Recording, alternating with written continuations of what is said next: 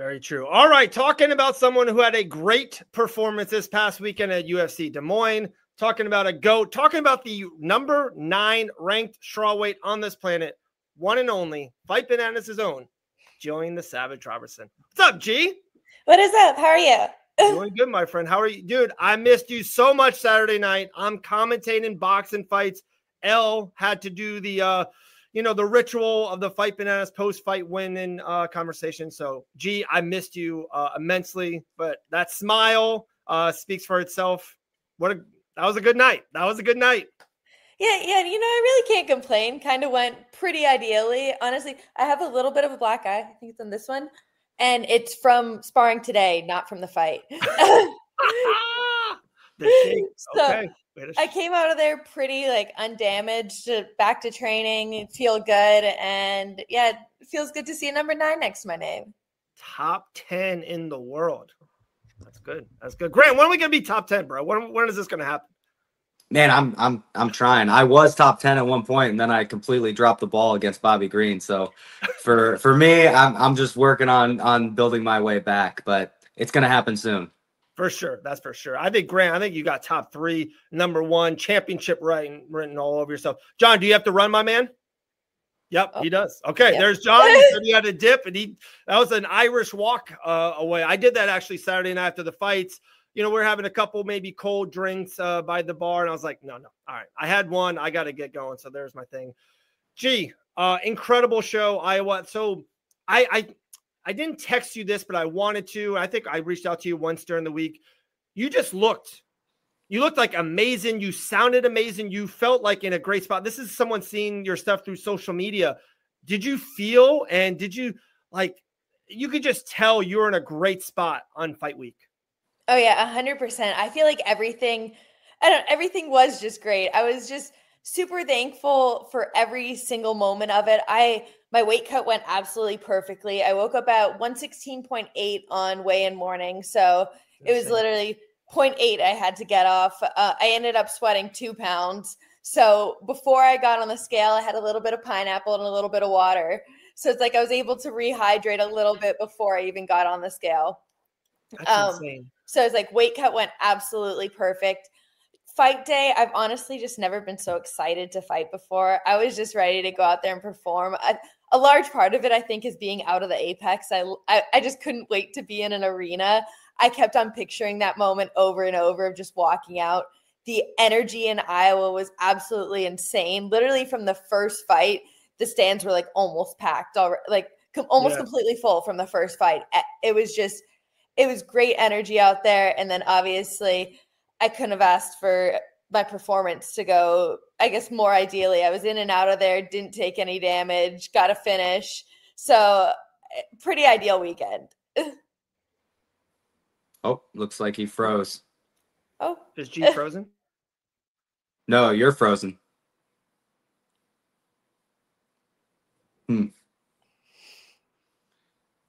Technology, right? Oh, and he's back. There we go. Grant, you were hosting there for a minute, brother. You're doing it. This is my show now. That's all I'm saying is, there you go. You keep what you kill. So Dave's out, I'm in. I like it. G, we made that post. I think you talked to the UFC. That's where we saw the Fight Bananas. We got a great picture of you. We posted it. You literally said, "Oh, I'm really feeling a second round finish."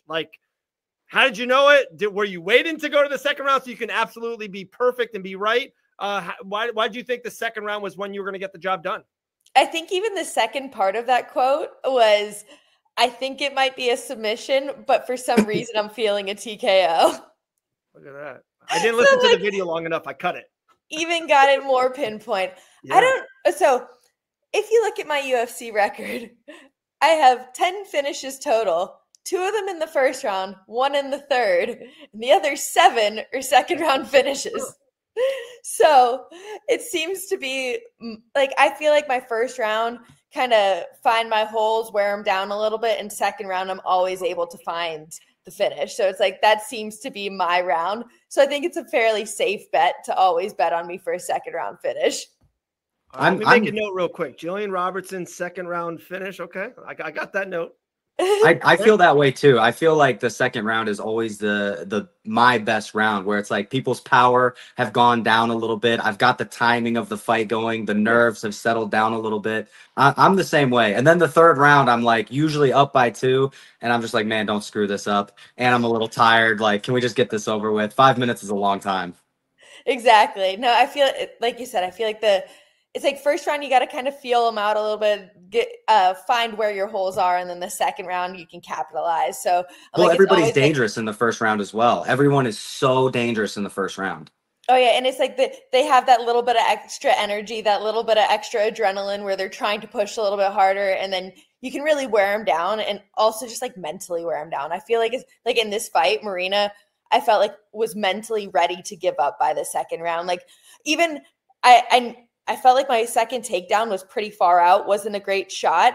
And I felt like she just I knew she was going to fall over. I knew it was going to be easy to get the takedown. She I will give her credit. I'm like, it was a good attempt on the ninja choke. At no point was it choking me, but it was a good thought. I feel like it was a good shot. And I definitely had to respect it and defend it before. Like she could have readjusted, got it tighter, whatever. But I'm like, I felt like it was a good attempt from her. But obviously, I feel like after that, she was just broken and ready to give up.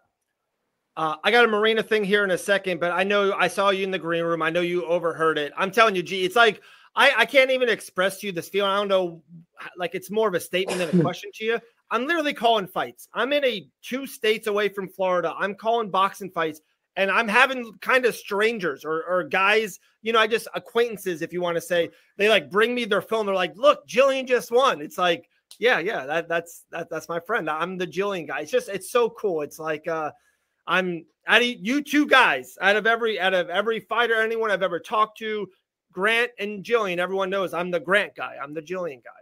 I'll let Elle know next time she fights. We do hold that record. That so. What'd you say, G? We do hold that record. Thank you. Yeah. I saw a lot of Gillian, if I could say that was my only grief of the weekend. A lot of like, yeah, I got record. I didn't see a lot of wheeze, but next time. We'll talk about that. I'm pretty sure, I hope, next fight, because I was really Iowa, I talked to Elle about this. That was on my radar. Like I really wanted to go to Iowa for your fight. And then I got this show kind of come up and, it's a paycheck and kind of, you got to do what you got to do. But hopefully the next one, I'm there live in the building, so that'd be cool. Hopefully the next one, Amanda Lemos will be across the cage for me. Okay. Let's talk about that. I love the call out. It was something I think I heard you afterwards say like, yeah, this was the name you were thinking about calling out from the get-go. Oh, yeah. As soon as I saw her last fight, honestly, it was the winner of that fight that I was really watching. Okay. It was her and Eisman Lucindo. She was able to get the victory. I feel like watching that fight, I feel like it's a great matchup for me. Yeah. I think that's a good jump going from 9 to number 4. I'm like, I don't think it's asking for too much, But so I think it would just be an ideal jump up, and then maybe one more, maybe not, and we'll be looking at a title. For sure. Back to Marina real quick. One last thing on her. Did you have any inkling that she was thinking about it or anything through the week that you're like, oh, this might be my last one? Did you hear anything like that at all? Because all of a sudden you won. She's taking off her gloves. I'm like, whoa, is this happening? Like, did you have any inkling at all? No, I did not have any inkling that she was going to retire. So like I kind of already had like what I wanted to say post fight about like I'm trying to retire all these girls. I want Amanda Lemos next, and I see her taking off her gloves, and I went up to my corner. I was like, oh, this might be mean. Like I'm gonna say it anyway, but yeah. I didn't know she was gonna retire. Wow, that's crazy. Grant, did you ever fight someone that you thought maybe on an L? I think Joe Selecki, I think that was his last fight was against you. Did you ever fight someone that you thought he fought one more time? Yeah, he fought one more time, and then he was going to get cut from the UFC, so he retired, I'm pretty sure. Okay. Have you ever fought anyone like that if you beat him, they thought could have been done for him? Not in the UFC. I definitely fought a bunch of old dudes that couldn't walk straight outside the UFC, and it was kind of hit or miss with those guys. But I'd say the closest was I fought a guy named Demir, and Demir fought Arman Sarukian. Yeah. He had a good fight with him, ends up losing a decision, and then retires after the fight, and then decides to come back and fight me. And so in my head, I was kind of like, he's kind of out of it. He's kind of in it. Like, I really don't think that he kind of knows what he wants to do. So he might retire after this one. It's not a huge issue for me, you know, like a win's a win. And honestly, if you have somebody that's pretty good and they end up retiring after you, that's kind of a good thing, because then it doesn't make you look bad when they go on a 6 or 7 fight losing streak after you beat them. Because all the guys that I end up beating are all like undefeated, really good, never been submitted. And then as soon as I beat them, they go on like a 3-fight losing streak. And I'm just like, gosh dang it. Can you guys not look good for 2 more fights after I fight you? I love it. I love it. G, I got so much more for you. You said a line there too during the thing, and I've always known you as a very nice savage, and you're like, I think the line was no more nice savage. Is that for like fight week, just for kind of you going forward? What was that? What was the meaning behind that line? I was just saying that, like, I'm ready to make my call outs, you know, like, okay. I'm ready to call my shots. I wanted Amanda Lemos. I don't like, I'm ready for like these shots, you know? So that's really it. It's just that, and obviously Angela Hill brought out a little bit more of that later in the week, but yes. I wasn't all my notes. She is not on my list. G, you said it. I was trying to almost stay away from it. But since you brought it up, I'm still not going to. That's a good host. That's a good friend. I'm gonna put that to bed. We're past it, Grant. We're past it. We're moving by that. You know. What are we past? Wait. What are we? I'm confused. What are we past? Okay. Angela Hill and G was maybe supposed to fight a year ago or 8 months ago, something like that. But G just fought, and you know the weight cuts. I think, Grant, you can kind of talk about this a lot. After a fight, you just need some time. You need a time before you fight again. And I think G, am I saying this right? You were offered a fighter. It wasn't enough time. So G just said, hey, I can't fight you right now. We can do it at a different date or maybe, you know, down the road. But just the fight never happened. G just keeps on winning fights because that's what a savage does. And now Angie keeps on bringing that up, that you did the ducking, if you want to say that you never fought me. G keeps on winning fights and Angie keeps on win, loss. There you go. There's the savage I know and love. There we go. Right.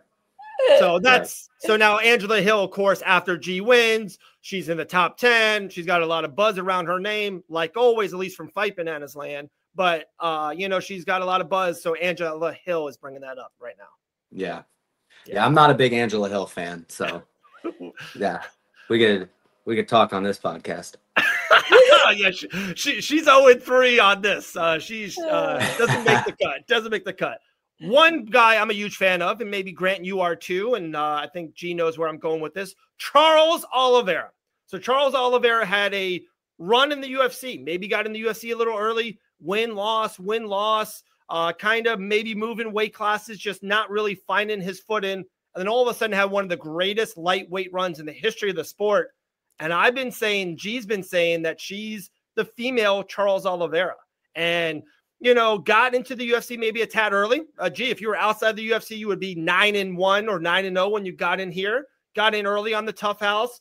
You know, had back and forth. Maybe fought a female who got popped on steroids for a second or third time. Maybe not. You can look that up, people, if you want to. But now you're winning. You're a strawweight, and it seems like you're on this run. You're stopping girls. I've said it. This is the championship run that we all think that you're on. To me, you're the female Charles Oliveira. I've been saying it. No, I 100% think that this is the championship run that I'm finally on. It's funny because I'm like, I had an interview last week and the guy was asking me, he was like, you know, he's like, how does it feel going into this, being a little bit older? You know, when you're young and you're getting into fights, you're a little bit more like willing to do things. When you're older, you're taking things a little bit slower. I'm like, you know, I'm just going to be 30 like this month. Like, I'm not that old yet, guys. I've just been in the UFC for a while. So I feel like people just assume that I am older because I got in a little bit too young. I was 22 when I got signed. I was only 3-2. So I didn't even have a lot of experience necessarily.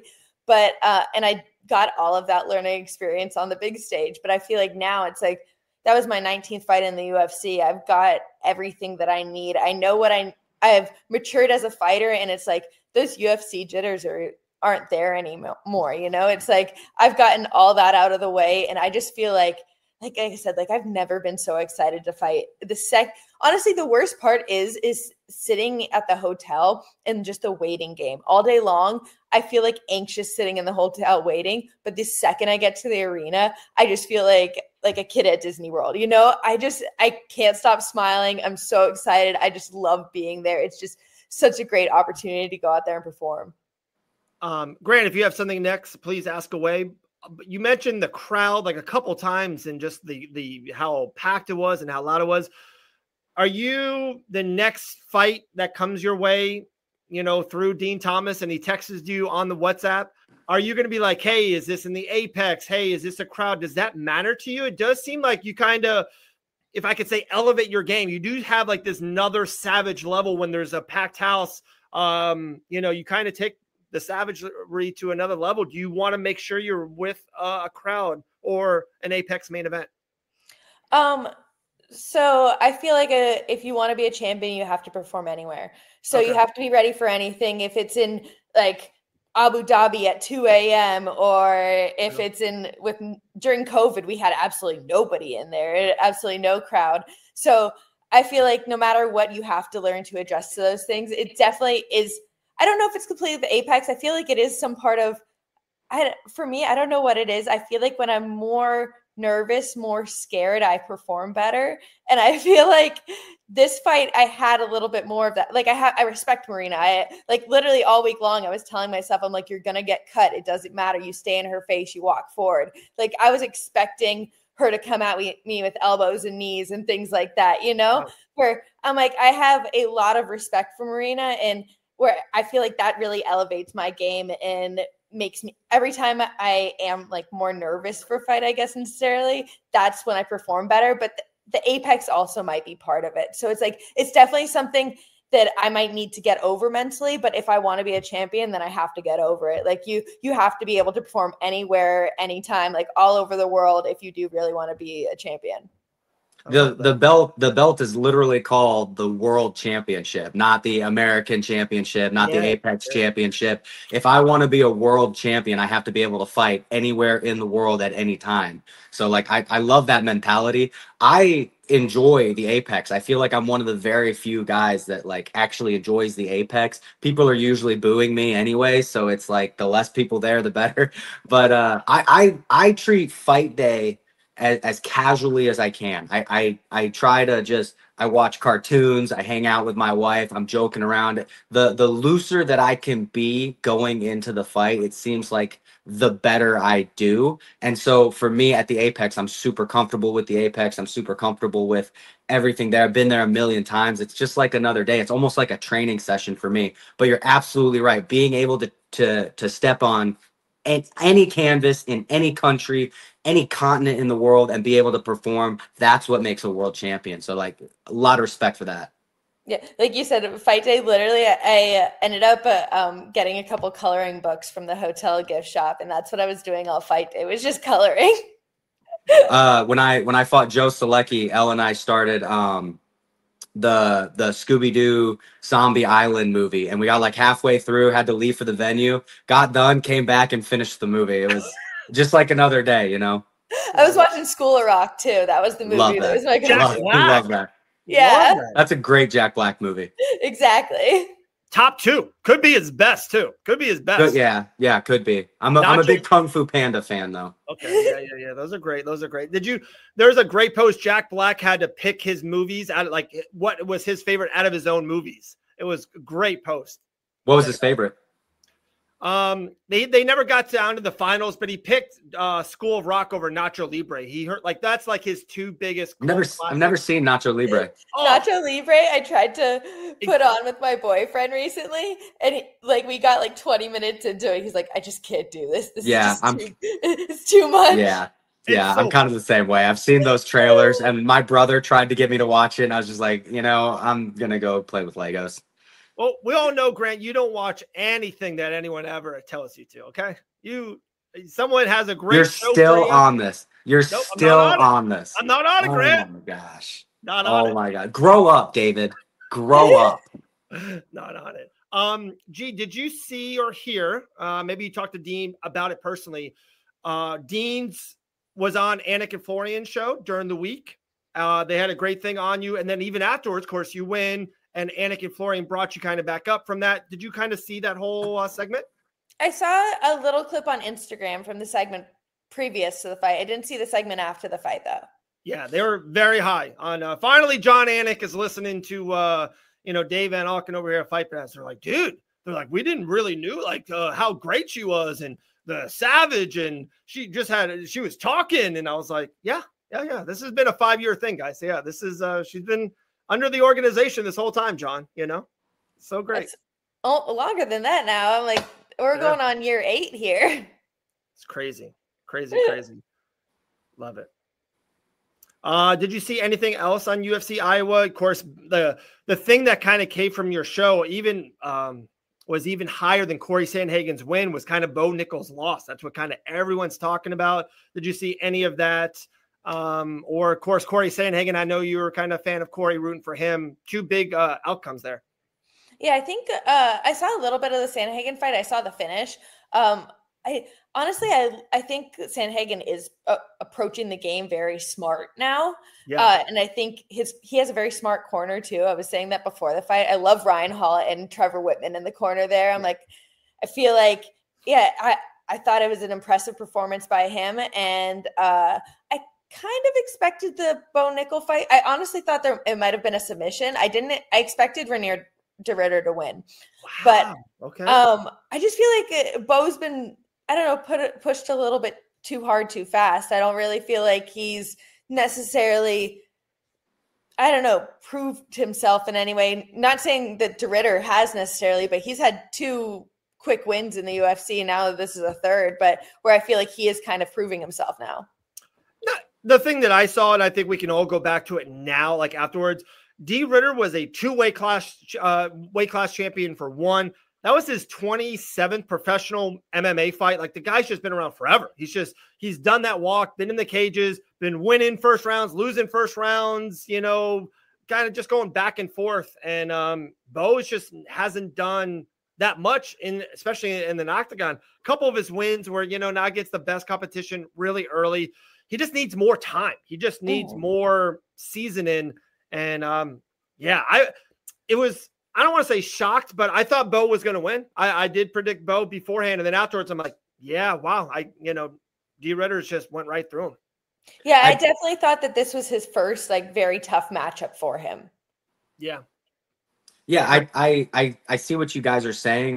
Bo is a good friend of mine, and I guess my question to you guys would be what is a guy of his level supposed to do? Because he's not coming into the UFC super famous because he's a great fighter. He's coming into the UFC because he was a really good wrestler, a really famous wrestler, and I absolutely love him coming into the UFC, coming into MMA, because as we know, and it's changing a little bit, but as we know, there isn't money in wrestling outside of the top guys. So if you're somebody that's above average wrestler, but below greatness wrestler, you have an avenue to make money and continue to wrestle and continue to grapple. And that's doing MMA. And I love the fact that Bo is coming in here and stepping up against the highest level of competition with literally 6 fights.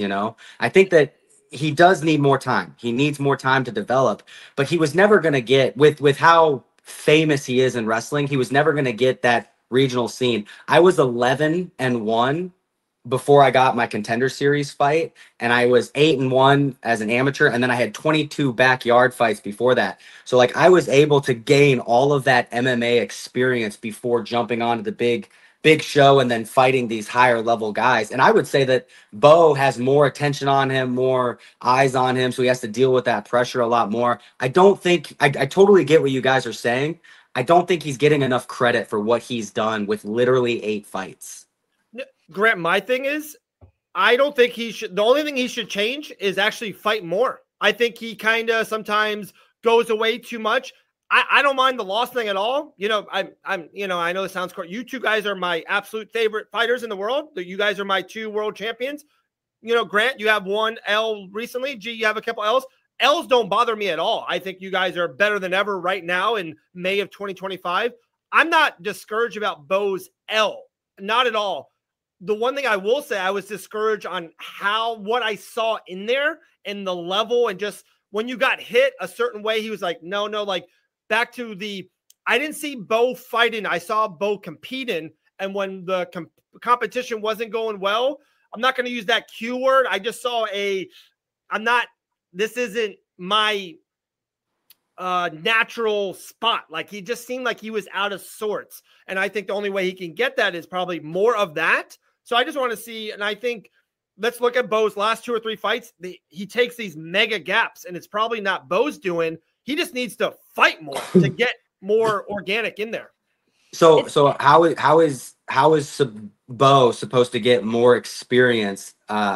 You know that it's harder than ever. Yeah, especially for men to find fights in the UFC because everybody wants to pick and choose their fights. And so you look at Bo, and it's a lose-lose situation for a lot of guys. If I beat him, they say he sucks and he's not ready, and you know, he wasn't good enough and he needs more experience. If I lose to him, I lost to a guy with 8 fights. You know, I think it is a lot more difficult than you think for guys to find fights. Me being somebody, I think it's hard for me to find fights because I'm very, very high risk and very, very low reward. If you beat me, not a lot of people know who I am, but also I'm really, really good. So your odds of beating me go way down. And I just, you know what I'm saying? Like, I'm not trying to toot my own horn, but you get what I'm saying. It's hard for a guy like me to find a fight because I'm a tough fight. Even if you do beat me, which absolutely can happen, you're probably not going to get as much out of it as you would beating Gamrot or you know, Moicano or Dariush or something like that. Sure. G, I know you had a couple things in there. Oh, no. I forgot my point at this point. Okay. So. That's because I'm rambling on. I apologize. No, it's just like, no, back to like, I don't know. Yes, that is Gillian the effing savage. That is true. That says fucking. Okay. Wow. Sorry. Relax. My bad. I was going to show the show to my son. Now I can't. By the way, first boxing class last week, Grant. I'm pretty pumped. He was started moving the head. I was like, get your head off the center line, Colin. Hey, once he reaches old enough to train, let me know, and I'll get him into ATT. He can come train with the big dogs. There we go. Move him down there to Coconut Creek. Maybe he can help babysit. By then you might have like a 2 or 3-year-old by then, you know, he can help babysit. We'll see. We'll see. I love it. Gee, man, that was insane. I do from afar. I loved that you got, and I don't know if you saw it too. You got a lot of media, a lot of like, I felt this was the win that I felt you got the most from. Like people are like, oh, top 10. They want you to have a big fight. They want you to have on a pay-per-view versus a Limoges or a Verna, whatever happens. I heard Mackenzie Dern main event. This seems like you're getting all this time, all this effort, all these years, 8 years in the game. Seems like right now, May of 2025, everyone's like, oh, let's get Gillian a big fight now. It's like, let's go. It's just got to be the best, most rewarding feeling, I would assume. Yes, but I'm like, I feel like if it's a win or a loss, I try not to, I guess, like, sure, hold on to it for too long. Sure. I'm like, we're not there yet, you know? It's like, we got a long ways to the belt still. And then once we get there, everybody's going to be coming after me. So I got to keep on it. So I'm like, the journey never ends, you know? So I feel like, yeah, I'm happy, but I'm ready to get back to work. That's, if I could say, and Grant, I think is very similar in that path. That's the difference between world-class athletes and a normal dad like myself. I had a pretty good job on the commentary desk. I had like 3 White Claws afterwards. I was celebrating. Life was great. You know, I got a win and I was done. So that's the difference right there. Your guys' mindset. I totally agree with you. I am the exact same way. As soon as I win, the next day I'm literally like, I got to get back to work. We got to get after it. We got to get going. one thing that I'm, not that I'm like too much older or that much more experienced or anything like that than you, but like one thing that I myself am trying to do is I'm trying to remember that the adventure is the fun part. Finding the treasure is cool, but looking for it was really what was fun. And so I'm really trying to remember to enjoy my wins and enjoy myself when I do have a good performance. And it's hard because I'm such a competitor and I want to get right back at it. But one thing that I did that I really regret doing was after my UFC debut, I cried. And I didn't cry because I was so happy that I was finally in the UFC. I cried because I didn't finish the guy. And I thought, like, how am I going to be able to compete at the highest level if I can't even finish the guys at the low level? And it really just ruined my UFC debut for me when I should have been so happy that I just dominated all 3 rounds of my UFC debut. And I'm finally here somewhere I wanted to be since I was 15 years old. So stopping and enjoying the adventure, I think, does bring a lot of benefit as well. That's where I might disagree. I'm like, I'm still going to be upset at every single time I don't finish. I'm going to be mad. I'm like, that's just how. I'm like, my last fight, I was super upset. I'm like, I didn't get the finish. This one, even this, I'm like, my first thing, it's like I go and rewatch the fight and I'm making my judgments. Like I made a judgment earlier. I told you my second shot was pretty far out. It wasn't a great shot. There's a lot of things that I'm already analyzing the fight and trying to see where I can get better. And for me, though, Dean made a similar comment to me a couple years ago. He's like, your life goes by so fast in fight camps because like these like 8 to 12 weeks are literally gone like that. You're just so focused. He's like, you have to enjoy the process. You have to enjoy that. Like when you sign that contract and you're super excited, you need to carry that energy all through fight week, all through your fight. And I'm like, that's where I try to be grateful. That's where I really try to take it in. And I feel like all through fight week, I'm just like literally all week long, I'm looking at the UFC on my gloves. I'm looking at everything. It's just like the whole experience, like going to get your pictures taken with the UFC, going to even the fact of like weigh-ins and all that. I'm like, I was just thankful for every single moment and trying to take it in. Being backstage, I'm like, there's just like that little bit of nerves, but excitement. And it just feel like I just try to take in those moments and really just appreciate where I'm at. And because it's like, I do love this more than anything. And your retirement fight's going to come up fast. And when it does, I'm like, that's going to break my heart. So I try to love every single moment from the beginning to every single moment in the cage, everything. I love it all. Well, and I totally agree with what you're saying about the finishes too. And I think for, we're both grapplers. I think we get immediately stamped with, I don't know how you feel. This is how I feel. I immediately get stamped with this, oh, you're a grappler. If you aren't finishing, you're boring, and so there's always a lot of pressure on me to go in there, get the finish, because I'm going to fight the way I'm going to fight. Like if I'm not shooting, something must be wrong with my neck, because I'm going to go get in there and I'm going to get the takedown. And for me, it's like the only way that I can really make this more exciting is by getting a finish, is by showing that these grown men feel like children to me when I get them down and having to put them away. And I totally agree with Dean as well. Really good comments there by him is enjoying this process, and that retirement fight is literally a blink away, that, oh my goodness, this might be the last time I walk to the cage as a competitor is literally like a nap away from being right in front of you. And it's actually a really scary thing to think about.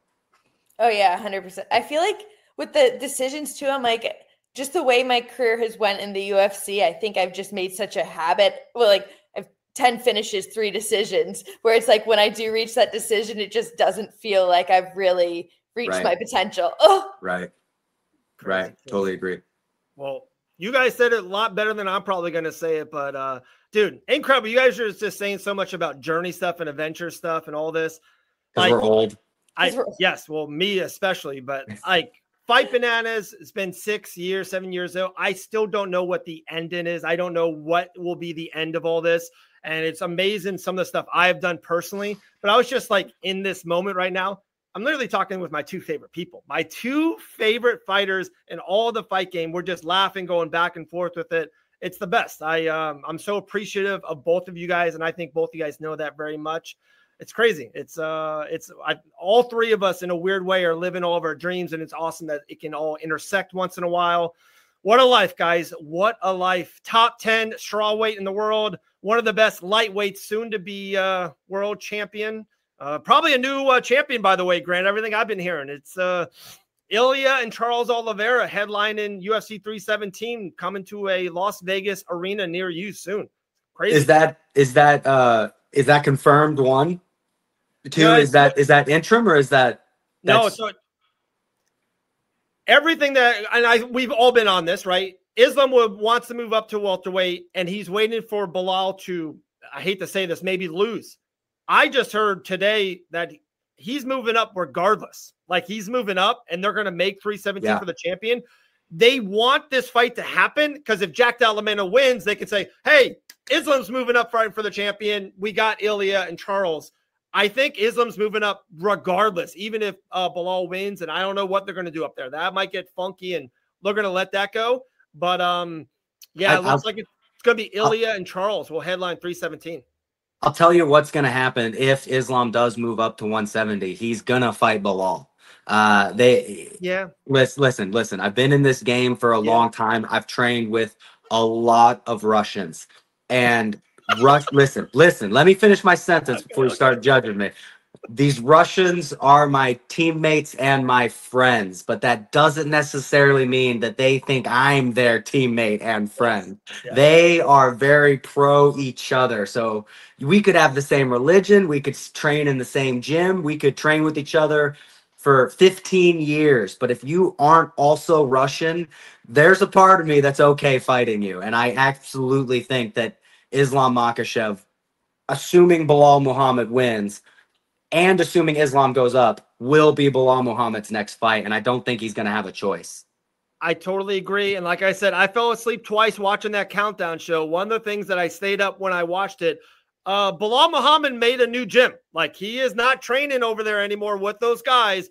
He made a new gym in Chicago. He's training in Chicago, but he also has like a home gym that he's building from scratch. Coaches coming in around him, like calling it a champ camp. He's not training over there anymore. It's happening. It's happening. It's like everyone knows there's these big secrets in the fight game. That fight is going to happen.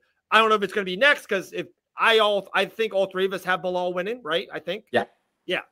Right. Okay. Yeah. So I think it's going to be Bilal and Islam next, and Ilya and Charles. And it's crazy, Grant. I always think of you. You told me this one of the first times you and I ever talked. You had like this rocky kind of picture of Islam Makhachev as the champion, and you want to crumple that picture one day. You're his replacement. Looks like it's not going to be Islam. It's going to be Ilya or Charles. And I hate to say it. I know this sounds bad. I'm rooting for Charles because I love that fight for you. I love the Charles fight for you, especially, Grant. Yeah.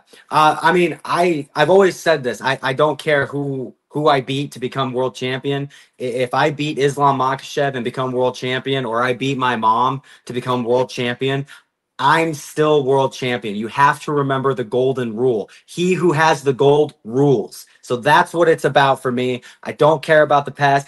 Let's say I beat Islam, they'll just say I never beat Khabib. Let's say I beat Islam and Khabib, they'll just say I never beat BJ Penn in his prime. It doesn't matter who you beat. They're always going to say something. I'm not trying to be the greatest of all time. I'm trying to be the greatest of my time. So give me the belt. I don't care who I have to beat to do it. I just want to be champion for one night.